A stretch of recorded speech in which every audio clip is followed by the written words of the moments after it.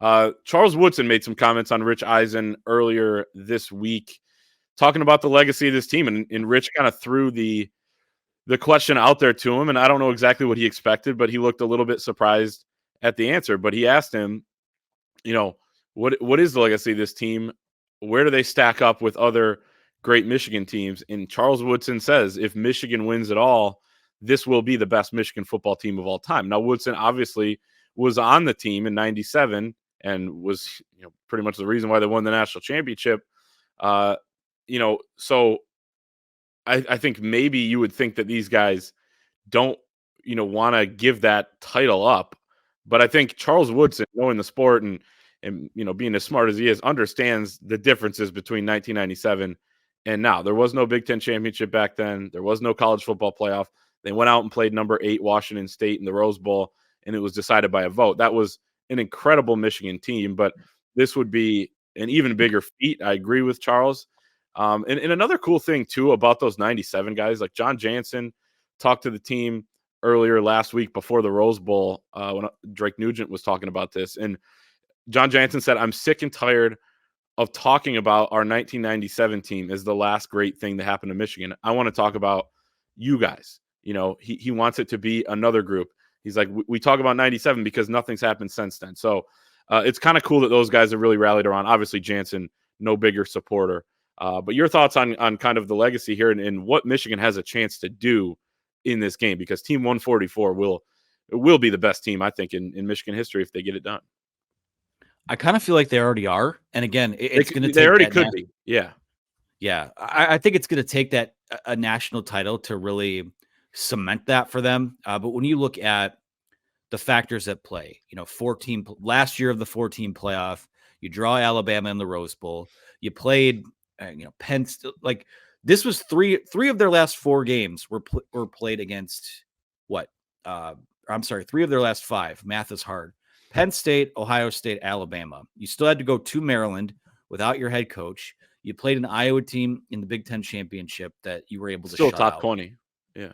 Still a top 20. I mean, all of those wins are, to me, those are the separators to me. And to, to do have 3 of those wins come without Jim Harbaugh, and to have the team itself kind of, listen, these guys are what? 18 through 23, 24, some, a couple 6-year guys on the team to fight through the noise, because it's not easy for young guys to just block out social media now. To not only block out the noise, but then use it as fuel instead of using it as a slight. I think that's a remarkable trait. That's something that the 97 team, I mean, again, I'm sure there was noise back then. I was 5 years old, so I don't remember it fondly at all. But we just think of all the factors at play. If they're able to close this out the way that they have, or the way that we've seen them do their, handle their business throughout the year, to me, I hesitate to say number 1 with a bullet, because that is, to me, disrespectful to that 97 team. But, you have a chance to do something that hasn't happened since 1948, which is be an outright national champion. And to do it, and again, 97 was a Tom Osborne retirement gift. Don't get me wrong. But to have that distinction where there is, I'll just put it this way. We've talked about this several times. If they win this national championship, it is the most legit national championship I think that anyone has won, certainly in the modern era. So to me, we'll see what happens. They could have lost any of these last, 4 of the last 5 games. Not saying they would have lost all of them, saying any one of those games could have gone south at some point, and it hasn't. No doubt. And now they're playing the last game of the year. Right. And I think better is always a tough argument when you are going across eras, because everything's relative. I mean, you could be the 1901 team if Michigan's 2020 team, which is one of the worst ever, right, quote unquote, lined up against the 1901 team that won the national championship. I think we all know what would happen. I think Michigan 2020 would kill them on the football field. And maybe they would forfeit, because back in the day, you would forfeit some games like that. Look, it's all relative when you're talking about across eras. That 1997 team did everything they possibly could in that season, but there's no question that this team, if they win the national championship, and even without it maybe, would become the most accomplished Michigan team in history, because not only did you win the Big Ten and have to win a championship game to do that, you also would have won the Rose Bowl and then played a game after the Rose Bowl. No Michigan team has ever done that. No Michigan team's ever won 14 games until this year. So we're talking about legacy. And look, I think we're going to be talking about legacy one way or the other, probably next week as well. So still need to accomplish winning that game on Monday and becoming the national champions. And it's no shoe-in, obviously. It's another one of these coin flip games. But certainly when you present this game, Michigan has that type of opportunity. A couple individual players, too, I wanted to just hit on is J.J. McCarthy. We could be watching him in his last game as a Michigan Wolverine. And earlier in the year, we had the talk where Jim Harbaugh said he predicts that J.J. will become the best quarterback in Michigan history. Then he kind of made it official with at least his opinion that he is the best quarterback in Michigan history. And I would have to say it's hard to argue with that at this point. Man, he didn't have his best game, but to have a moment like the 75-yard drive and having to pick up a fourth down to do it and win that game late speaks to that. And as Jim Harbaugh said, he's the last Michigan quarterback to win in overtime over Alabama since Tom Brady. And Tom Brady did that, and he's right up there with the best quarterbacks, college quarterbacks in Michigan history, obviously, we're talking about. But JJ and his legacy, I mean, he has done so far everything short of a national championship that he set out to do here at Michigan. I'm working on a column right now on basically J.J. McCarthy from the start of his journey to where we are now ahead of this game Monday night. And something that stuck out, it was the interview he did in The Athletic where he talked about how he was going to make Ohio State pay, or how he was mad that Ohio State lied to him on the recruiting trail. It took Kyle McCord instead. And I believe it was his coach that was doing the interview with him and said, watch, he's an assassin. He'll make him pay for it too. And since then, he's 26-1 as a starter. He was a prominent part on the 21 team that won a Big Ten title and won those, what was it? Did they finish 12-2 that year? Whatever it was. It's hard to argue, honestly.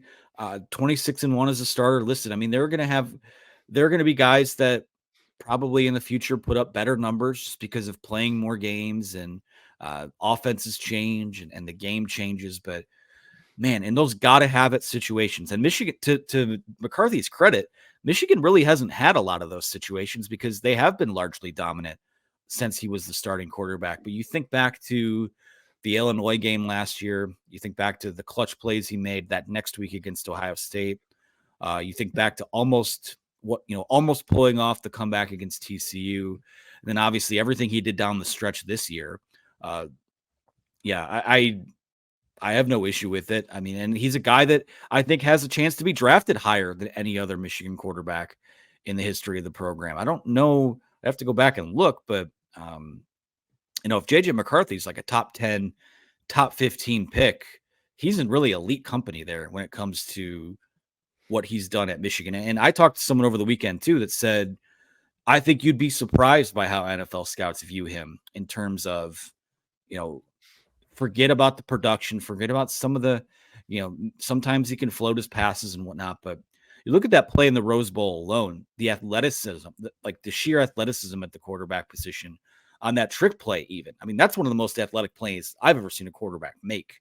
So to me, I think that, if he goes out and he balls out in this game on Monday night, that's if I'm advising him, that is probably it at Michigan. And that's what better way to go out, right? And even if he doesn't, even if he just kind of has the type of game that he has been having, that's going to be enough. I think that'll be enough for Michigan to win, assuming they can run the ball. But what this guy has done, he called his shot. He told fans to take a deep breath.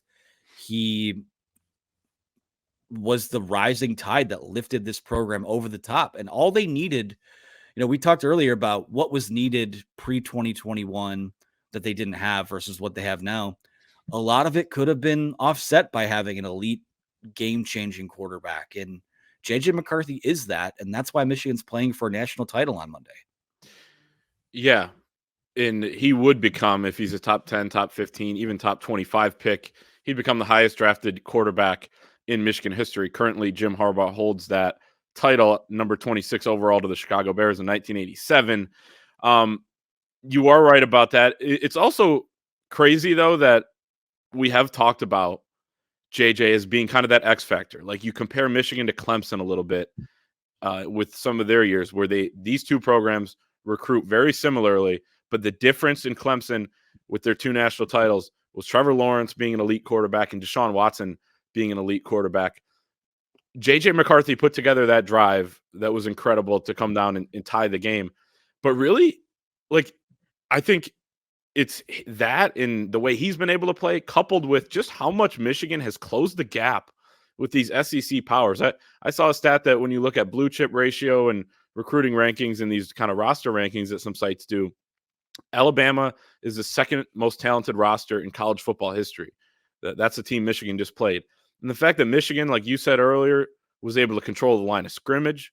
Michigan, didn't maybe have the skill players, but man, I mean, they had the best player on the field likely in Blake Corum. They had, Roman Wilson making plays down the stretch. They got enough. Tyler Morris makes a play. They had enough there to hold up. They had enough there to hold up in the trenches. They had enough in the defensive backfield to cover. They had enough speed, at linebacker to run down Jalen Milroe.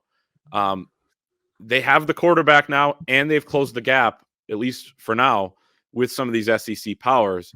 And that is remarkable because I was there when Michigan played Georgia a couple years ago, and I know that was a generational defense, but things just feel so much different now, not only with Michigan, but with the sport in general. And I think, it speaks to that with Michigan and Washington being the two teams in the college football playoff. Real quick before we move on, I did want to mention that this is the last game we're going to see Blake Corum. We may see J.J. McCarthy last year, but we've seen Blake Corum score 56 touchdowns on the ground, more, I think around 60 there total, which is insane. Obviously leads Michigan there. He's the total points leader in a single season.